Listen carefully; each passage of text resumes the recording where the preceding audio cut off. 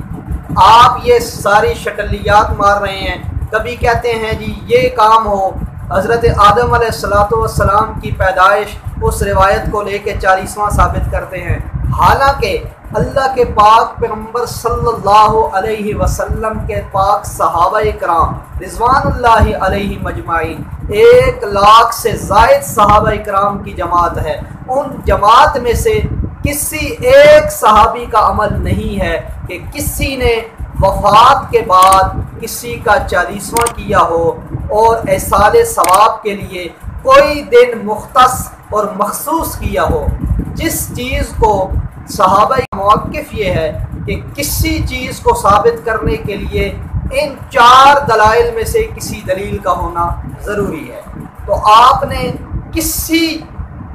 اس 4 دلائل میں سے کوئی دلیل پیش نہیں کی، آپ یہ ساری شکلیات مار رہے ہیں۔ کبھی کہتے ہیں جی یہ کام ہو، حضرت آدم علیہ السلام کی پیدائش اس روایت کو لے کے 40واں ثابت کرتے ہیں، حالانکہ اللہ کے پاک پیغمبر صلی اللہ علیہ وسلم کے پاک صحابہ کرام رضوان اللہ علیہ مجمعین 1 لاکھ سے زائد صحابہ کرام کی جماعت ہے، ان جماعت میں سے کسی ایک صحابی کا عمل نہیں ہے کہ کسی نے وفات کے بعد کسی کا 40واں کیا ہو اور ایصال ثواب کے لیے کوئی دن مختص اور مخصوص کیا ہو۔ جس چیز کو صحابہ کرام نے مخصوص نہیں کیا یا جس دن کو نبی علیہ السلام نے مخصوص نہیں کیا، تو اس دن کو اگر کوئی آج مخصوص کرے تو اسی کا نام تو بدعت ہے۔ اور اللہ کے پاک پیغمبر صلی اللہ علیہ وسلم نے فرمایا کل محدثۃ بدعہ وکل بدعۃ ضلالہ وکل ضلالۃ فی النار، کہ ہر نیا کام، ہر نئی چیز جس کو دین سمجھ کر اور دین میں شامل کیا جائے وہ بدعت ہے، اور ہر بدعت گمراہی ہے، اور ہر گمراہی بندے کو جہنم کے اندر لے کے جانے والی ہے۔ تو میرے بھائی، میرے دوست، مولانا صاحب، آپ ان 4 دلائل میں سے اگر کوئی دلیل پیش کریں تو پھر تو اہل علم اور اہل نظر اس کو ماننے کے لیے تیار ہوں گے، وگرنہ یہ جو آپ دلائل دے رہے ہیں ان دلائل کا کسی عمل کو ثابت کرنے کے لیے ان کا کوئی تعلق نہیں ہے۔ وما علینا الا البلاغ المبین۔